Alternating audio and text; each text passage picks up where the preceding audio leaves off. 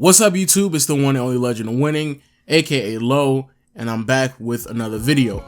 First and foremost, I want to shout out everyone who has been rocking with me throughout the entire 2017.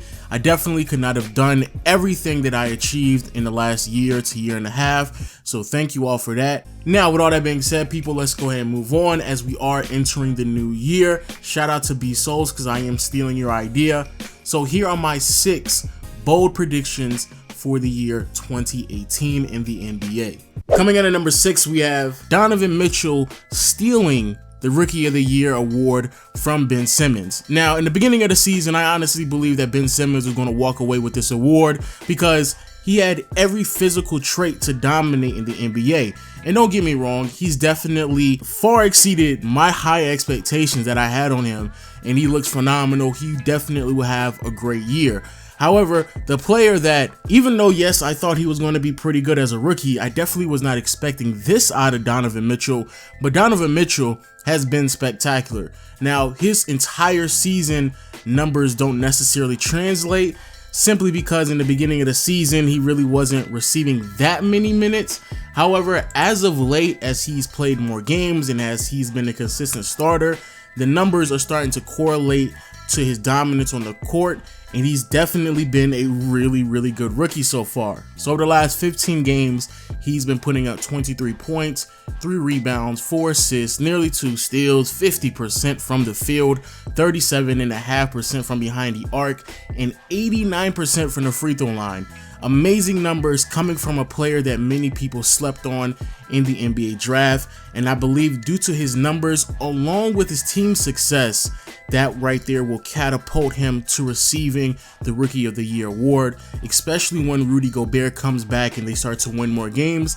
And who knows, it might actually be a surprise in knocking on the door and maybe even making the playoffs. So who knows what's going to happen, because it doesn't really seem like the Pelicans are going to be able to secure that playoff spot. And speaking of the Pelicans, that moves me on to my next prediction, which is kind of a two-teamer here. I have the Pelicans and the Celtics. I believe that they will make a trade by the end of this year. If you look at the Pelicans, you look at where they are right now, it just doesn't make any sense for them to keep putting themselves at a massive risk. Now, I do believe that DeMarcus Cousins, he will come back because he will have to go out there, survey his options, and see that really and truly the Pelicans are the best option for him. However, when it comes to Anthony Davis, he has a lot of value. And if it comes across that the Pelicans are just unable to make the right moves, it could make a lot of sense for the Pelicans to actually trade him to the Boston Celtics. Now, when it comes to the Boston Celtics, they actually have the assets to go after a player such as Anthony Davis, but the player that they might actually end up trading, and this is definitely a bit outrageous, but we already know that Danny Ainge, he is cold-blooded, cold-hearted. He just doesn't care about none of his players, because if you are replaceable, he will replace you.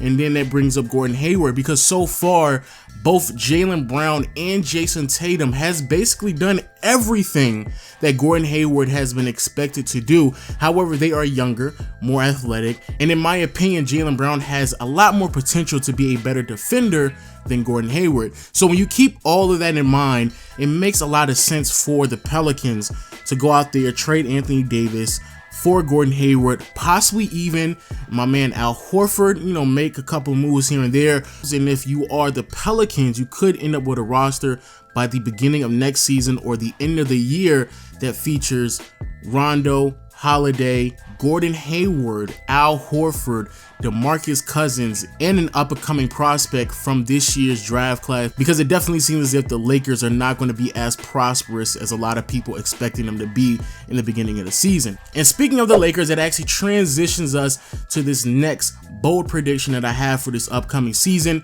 Paul George is not going to the Lakers. Now, don't get me wrong, I'm a Laker fan, but it doesn't make any sense, and I have to be very realistic here. It just doesn't make any sense for Paul George to go to the Lakers. He has way too many options on his hands, and despite the fact that yes, OKC is struggling, it just doesn't make any sense for him to even leave that situation to go to the Lakers. But with that being said, when it comes to Paul George and his decision, he will not be staying with OKC. If I had to make a prediction, a bold prediction on Paul George, he has 2 options.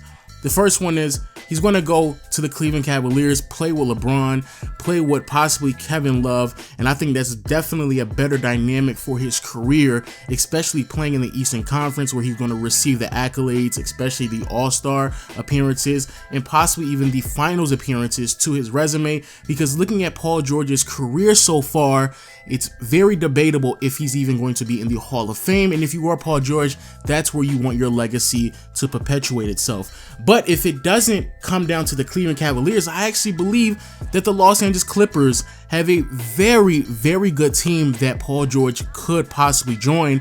If you look at the Clippers, if you look at that team, Pat Bev at the 1, possibly Paul George at the 2, Danilo Gallinari at the 3, Blake Griffin at the 4, and obviously DJ at the 5. I am assuming that DJ, he's going to come off the books. However, because his bird rights, he will be able to pile right back on top of the salary cap. And then you have a pretty good dynamic. As a side note, fire Doc Rivers. Moving on though to my next player that I must talk about when it comes to free agency.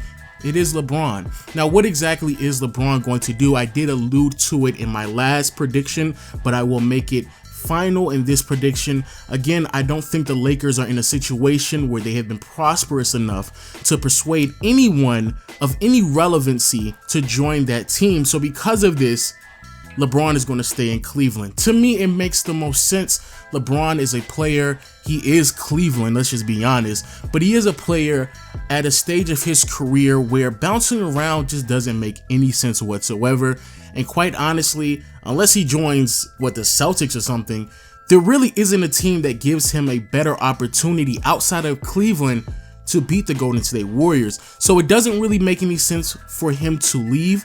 They still have a couple of more moves to make. They have a draft pick to trade.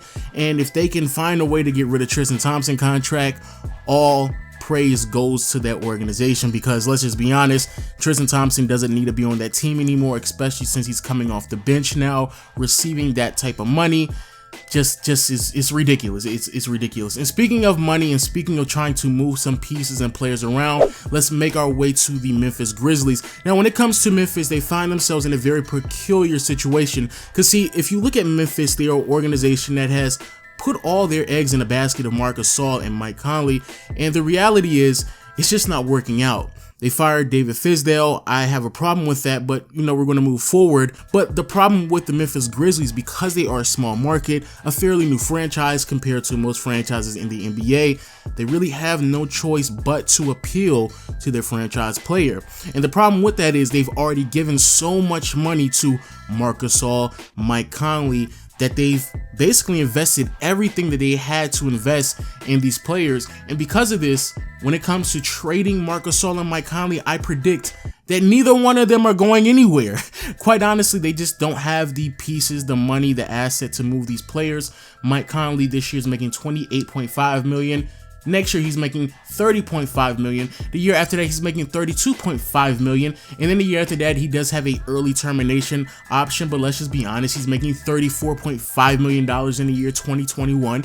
So why would he express those options and exercise his rights to leave that team when you're making that much money? And then when it comes to Marc Gasol, 32 will be 33 by the end of this month, making $22 million this year, $24 million next year, and he $25.5 million at the end of his contract. Again, he has a player option, but let's just be honest, he's not going to exercise those right when you're making $25 to $26 million at the end of your career. So when it comes to the Memphis Grizzlies, even though yes, they find themselves in a peculiar situation, and even though yes, it wouldn't surprise me if Marc Gasol comes out publicly and demands a trade, Memphis is not going to do a thing, because no one else is going to do a thing, because no one wants those players for the amount of money that they have, especially Marc Gasol, who will be 33 by the end of this month. Now, moving on to my last prediction, it brings us to our MVP predictions. Now, so far this season, not going to lie, I've bitten the apple off of the James Harden tree. James Harden so far has been phenomenal.